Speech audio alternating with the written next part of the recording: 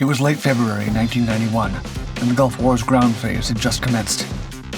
In the arid expanse of the Iraqi desert, the 9 M1A1 Abrams tanks and 13 M3 Bradley fighting vehicles of Eagle Troop rolled across the endless sands. As the spearhead of the U.S. Army's 2nd Armored Cavalry Regiment, their mission was clear yet perilous: to disrupt the formations of Saddam Hussein's elite Republican Guard and gather crucial intelligence.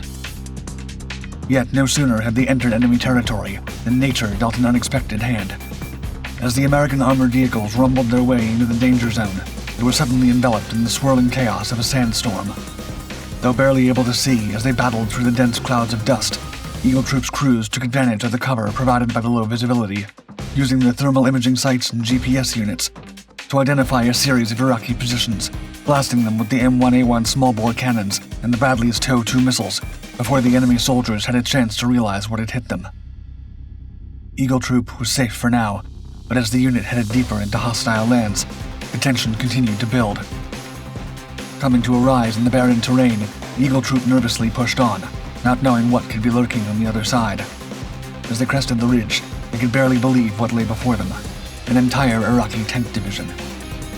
The last great tank battle of the 20th century was about to begin. Eagle Troop and the rest of the 2nd Armored Cavalry Regiment had arrived in Saudi Arabia in mid-December 1990 as part of the U.S. Army's 7th Corps to participate in Operation Desert Shield, a joint effort by a U.S.-led coalition of 35 nations to deter Iraqi President Saddam Hussein from further aggression in the Persian Gulf region after his invasion of neighboring Kuwait the previous August. In January 1991, this was converted into Operation Desert Storm, which aimed to expel Iraqi forces from Kuwait itself. Following a successful initial air campaign, ground operations began on February 24th, with the 4,500-man 2nd Armored Cavalry Regiment leading the 7th Corps' charge into Iraqi defenses along the Saudi-Kuwait border. Its mission was to push eastwards to identify and engage enemy positions, assessing their dispositions before allowing the mechanized brigades of the 1st Infantry Division to come through and destroy any remaining Iraqi resistance. The first elements of the 2nd Armored Cavalry Regiment to enter the fray would be the lightly armored M3A1 Bradley fighting vehicles, which would take on a scouting role. While their primary focus was to carry out reconnaissance, with a 25mm M242 Bushmaster chain gun, a dual BGM-71 TOW anti-tank missile launcher, and a 7.62mm M240C coaxial machine gun, they also packed some serious firepower. Covering the Bradleys from the rear would be M1A1 Abrams tanks, the main battle tanks of the U.S. Army and Marine Corps at the time. These featured a 1,500 horsepower Honeywell AGT multi-fuel turbine engine, allowing them to travel at high speeds across diverse terrains, and robust armor that included depleted uranium layers for enhanced protection. What's more, they boasted a 120mm L44 M256 smoothbore cannon, which could fire a variety of munitions, including armor-piercing and high-explosive rounds, allowing it to engage and destroy enemy tanks and fortifications with precision from distances of over 1.5 miles. Both types of vehicles use state-of-the-art thermal imaging technology. By detecting heat signatures, these systems could engage adversaries from greater distances with precision and extend the operational envelope into conditions where traditional optics would be ineffective, such as at night or during inclement weather. For the 2nd Armored Cavalry, this would prove essential. The winter of 1990-91 had brought record rainfall in the Persian Gulf, severely impacting the Desert Storm air campaign over the preceding 6 weeks. And now, as the regiment advanced into hostile territory, a howling wind was whipping up a sandstorm that reduced visibility to a mere 1,000 yards. To make matters worse, it left the Army's aviation assets grounded, leaving the 2nd ACR without the benefit of aerial reconnaissance assistance. This meant the regiment would have to rely on its thermal systems as it advanced blindly through the desert on its mission to find its foe, the notoriously aggressive Tawakalna Division of the Iraqi Republican Guard, made up of some of Saddam Hussein's most loyal and most dangerous units. Its main battle tank was the T-72, among the Soviet Union's most widely exported tanks since its introduction in the 1970s. While now somewhat outdated and lacking cutting-edge features such as thermal imaging, its powerful 125mm smoothbore cannon-led armament, robust composite armor, and relatively low cost ensured the T-72 was still a popular choice in many countries' defense forces.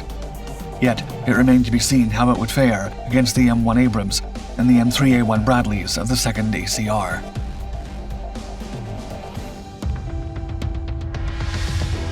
On February 26th, the regiment moved deeper into the heart of enemy territory, its 3 squadrons aligned side by side. Within each squadron, 2 out of 3 cavalry troops pushed forward, while a 3rd troop and a tank platoon held in reserve. On the southern edge of the 2nd Squadron sector, Eagle Troop, under the command of the tenacious 28-year-old Captain H.R. McMaster in his M1A1 nicknamed Mad Max, cautiously navigated through the blinding sandstorm. Along the way, using its thermal technology and GPS systems, it successfully located several Iraqi MTLB reconnaissance carriers, eliminating them with ease. In the mid-afternoon, Eagle Troop came under fire from a cluster of buildings. It had finally come in for a direct confrontation with the fearsome Tabakalna Division. However, a swift response of cannon fire and missiles soon obliterated the enemy positions, leaving Eagle Troop free to advance toward the 73 Easting, one of the north-south lines on the coordinate grid that coalition forces use to measure their progress. Reaching the line, Captain McMaster led the troop onto a ridge in the desolate desert landscape. Suddenly, his eyes widened as he realized that lying before them was a line of dug-in Iraqi tanks and armored vehicles. Without a moment's hesitation, McMaster gave the order to fire, and within the space of just 8 seconds, Eagle Troop had taken out 3 enemy tanks. The troop braced itself for return fire, but strangely, none was forthcoming. It soon became clear that the 2nd ACR's elimination of Iraqi reconnaissance units had paid off. With the enemy vehicles all pointing south, it was clear that they had not been expecting the coalition forces' arrival from the west, as without prior knowledge of their thermal and GPS technology, they likely believed that the sandstorm would have rendered an approach from that direction impossible. This mistake proved extremely costly. The Iraqi armored units, making up the right flank of the Tabakalna Division's 18th Mechanized Brigade, were caught completely unprepared and exposed, leaving them vulnerable to Eagle Troop's attack. McMaster was now faced with a dilemma. Were he to adhere strictly to his mission orders, it could potentially disrupt operations for the rest of 7th Corps.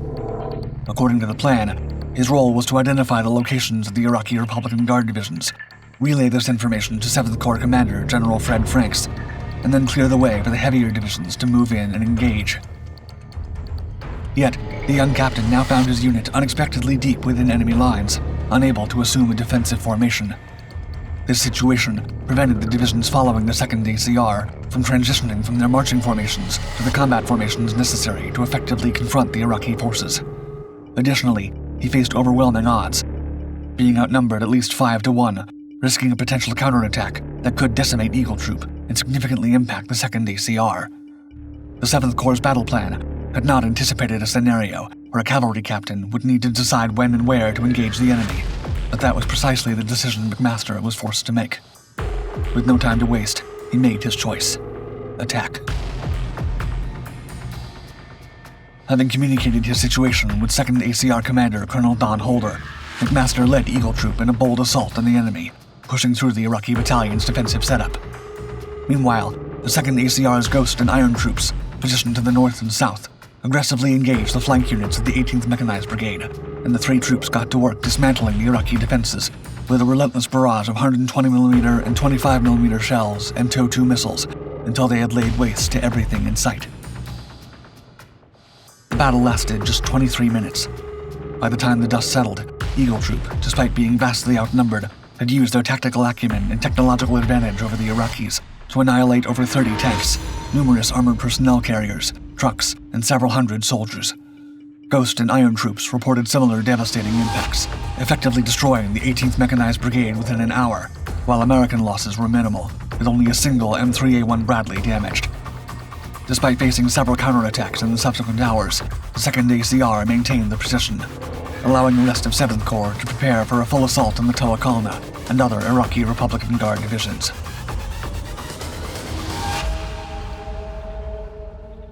By significantly weakening the Iraqi defense, the overwhelming victory at the Battle of 73 Easting effectively set the coalition forces up for a final push in their effort to free Kuwait. That night, the Battle of Norfolk dealt another blow to Saddam Hussein's army, as did the Battle of Medina Ridge the following day, allowing the coalition to liberate Kuwait City with relatively little resistance. On February 28th, just 100 hours after the ground phase of the Gulf War had begun, the conflict came to a swift conclusion when Iraq withdrew its military from Kuwait, allowing Kuwaiti sovereignty to be restored. However, The legacy of 73 Easting has extended long beyond the end of the war. The extensive use of thermal imaging and GPS systems set a precedent, highlighting the importance of state-of-the-art military technology, while the battle also influenced the development of armored warfare tactics, particularly in desert environments. It has been extensively studied by military academics around the world as an example of effective modern combat operations, and the lessons learned regarding quick strike capabilities, surveillance, and reconnaissance have influenced U.S. military actions in subsequent conflicts, including those in the Balkans, Iraq, and Afghanistan. Meanwhile, Captain H.R. McMaster, who had so brilliantly commanded Eagle Troop during the battle, was awarded the Silver Star for gallantry in action, eventually achieving the rank of Lieutenant General, as well as becoming the United States National Security Advisor.